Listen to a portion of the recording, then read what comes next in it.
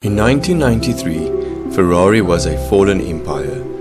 It was a revolving door of managers, a political minefield, and a team that hadn't seen a drivers' championship since 1979. The Italian press was calling for blood.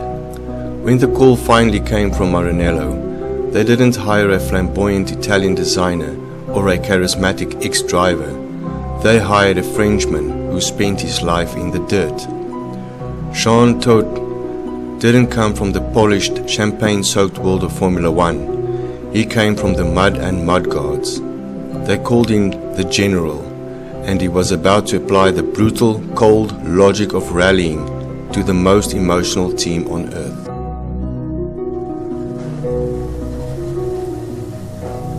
Long clear right, 50. To understand Todt, Flat left, 30. you have to understand the co-driver's seat. In rallying, the driver is the muscle, but the co-driver is the brain. They manage the logistics, the timing, the maps and the mechanical health of the car over thousands of miles of unpredictable terrain. In 1981, Todt became a world rally champion alongside Guy Fréquelin. He learned that a beautiful car that breaks is useless. He became obsessed with reliability and logistics. He didn't care about the soul of the machine. He cared about efficiency of the organization. In 1982, Todt transitioned from the seat to the pit wall, founding Peugeot Talbot Sport. This was the era of Group B, the most dangerous, high-octane period in motorsport history.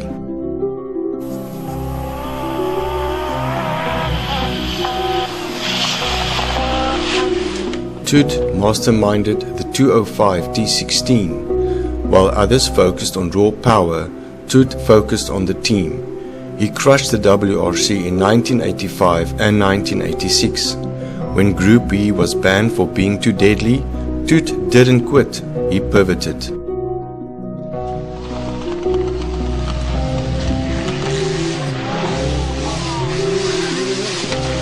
He took Peugeot to the desert. 4 straight wins in the brutal Paris to Dakar. It was here he earned his reputation for being militaristic. If a bolt failed, it was a personal affront to his system.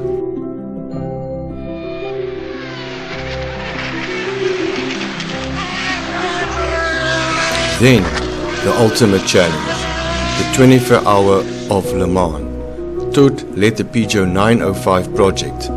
In 1992 and 1993, Peugeot dominated. Todt had conquered the mud, the sand and the asphalt. When Todt arrived at Maranello in July 1993, the factory was in chaos. Ferrari was a team of geniuses who couldn't stop arguing. Todt was famously humble, yet terrifyingly direct. He once admitted, "I don't know how to design a wing, but I know how to build a winning organization." His first job wasn't mechanical, it was psychological. He became a human shield. He stood between the toxic Italian press and his engineers. He ended the blame culture. If the engine blew, it was Todt's fault, not the engine builders. Todt's Ferrari wasn't built on Italian passion. It was built on rally-style preparation, total reliability. Finishing the race was the only priority. Logistics over ego. Every pit stop was rehearsed until it was robotic. The hierarchy. Everyone had a role, and the general oversaw it all with a stopwatch in hand. By the time they reached the late 90s, the Ferrari machine was unstoppable. 5 consecutive driver championships, 6 constructor titles, a dominance the sport had never seen. Todt eventually left Ferrari to lead the FIA, but his legacy remains in the Maranello Renaissance.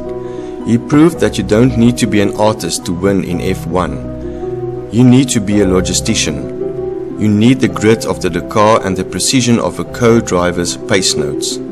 From the mud of the 80s to the podiums of the 2000s, the general never changed his stripes. He just waited for the rest of the world to catch up to his pace.